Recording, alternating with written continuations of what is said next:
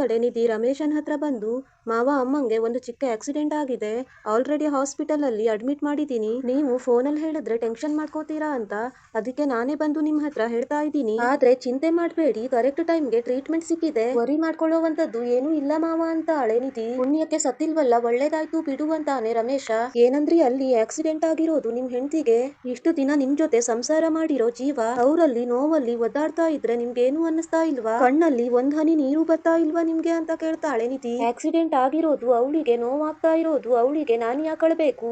ಅಷ್ಟಕ್ಕೂ ನನ್ನನ್ನ ಕೇಳಿ ಹೋದ್ಲಾ ಹೊರಗೆ ಅಂತ ಕೇಳ್ತಾನೆ ರಮೇಶ. ಇಷ್ಟು ದಿನ ನಿಮ್ ಸ್ವಭಾವ ನೋಡಿ ನಿಮ್ಗೆ ಕರ್ಣ ಸರ್ ಅಂದ್ರೆ ಆಗಲ್ಲ, ಅದಕ್ಕೆ ಅಮ್ಮಂಗೆ ಈ ರೀತಿ ಹಿಂಸೆ ಕೊಡ್ತಾ ಇದ್ದೀರಾ ಅಂತ ನಾನ್ ಅಂದ್ಕೊಂಡೆ, ಆದ್ರೆ ನೀವು ಭಾವನೆನೇ ಇಲ್ದೇ ಇರೋ ಕಲ್ ಹೃದಯ ಅಂತ ನನಗ್ ಗೊತ್ತಿರ್ಲಿಲ್ಲ ಅಂತ ಹಳೆ ನಿಧಿ. ನೀನ್ ಈ ರೀತಿ ಸೆಂಟಿಮೆಂಟ್ ಡೈಲಾಗ್ ಎಲ್ಲ ನನ್ನ ಹತ್ರ ಹೊಡಿಬೇಡ. ಇಷ್ಟಕ್ಕೂ ನೀನ್ ಯಾರು, ನಿನ್ ಯೋಗ್ಯತೆ ಏನು? ಇಷ್ಟಕ್ಕೂ ನಿನಗೂ ಈ ಮನೆಗೂ ಸಂಬಂಧನೇ ಇಲ್ಲ. ಅವನು ತೊಟ್ಟಿಲ್ ಬಿದ್ದಿರೋ ಒಬ್ಬ ಅನಾಥ, ಅವನನ್ನ ಕಟ್ಕೊಂಡಿರೋ ನೀನು ಒಬ್ಳು ಅನಾಥೆ. ಈ ಮನೆ ಸೊಸೆ ಅನ್ನೋ ಅಧಿಕಾರ ಇಟ್ಕೊಂಡು ನನ್ನ ಹತ್ರ ಈ ರೀತಿ ಎಲ್ಲ ಮಾತಾಡೋಕ್ ಬರ್ಬೇಡ ಅಂತ ರಮೇಶ ಹೇಳಿದ ತಕ್ಷಣ, ಸರಿ ನನ್ಗೂ ನಿಮ್ಗೂ ಯಾವ ಸಂಬಂಧನೇ ಇಲ್ಲ ಅಂತ ಅಂದ್ಕೊಳ್ಳಿ, ಆದ್ರೆ ನಿಮ್ ಹೆಂಡತಿ ಈಗ ಹಾಸ್ಪಿಟಲ್ ಅಲ್ಲಿ ಅಡ್ಮಿಟ್ ಆಗಿದ್ದಾರೆ, ಅವರನ್ನ ನೋಡೋಕೆ ಬನ್ನಿ, ಹೆಚ್ಚಿಗೆ ಮಾತೇ ಬೇಡ ಅಂತ ಹಳೆ ನಿಧಿ. ಹೌದಾ, ಮತ್ ಯಾಕೆ ಇಲ್ಲಿ ನಿಂತ್ಕೊಂಡಿದ್ಯಾ, ಹೋಗು. ಅಷ್ಟಕ್ಕೂ ನಾನೀಗ ನಿಮ್ ಜೊತೆ ಅರ್ಜೆಂಟ್ ಅಲ್ಲಿ ಬಂದು ಅಲ್ಲಿ ಏನ್ ಮಾಡ್ಬೇಕಾಗಿದೆ?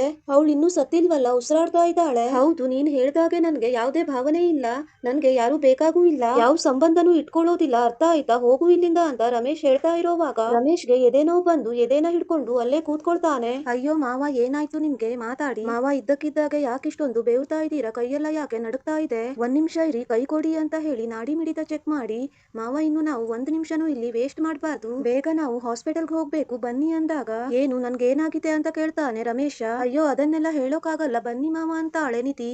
ಆಗ ರಮೇಶ, ಸತ್ಯ ಹೇಳು, ನನ್ ಹಾರ್ಟ್ ಏನಾದ್ರು ಅಂತಿರೋವಾಗ, ನೋಡಿ ಮಾವ ನೀವು ಪ್ಯಾನಿಕ್ ಆಗ್ಬಾರ್ದು, ಇದನ್ನೇ ನಾನ್ ಹೇಳಿದ್ದು, BP ಜಾಸ್ತಿ ಆದ್ರೆ ಈ ರೀತಿ ಎಲ್ಲ ಆಗತ್ತೆ, ಕೇರ್ಫುಲ್ ಆಗಿರಿ, ಕೋಪ ಮಾಡ್ಕೋಬೇಡಿ ಅಂತ.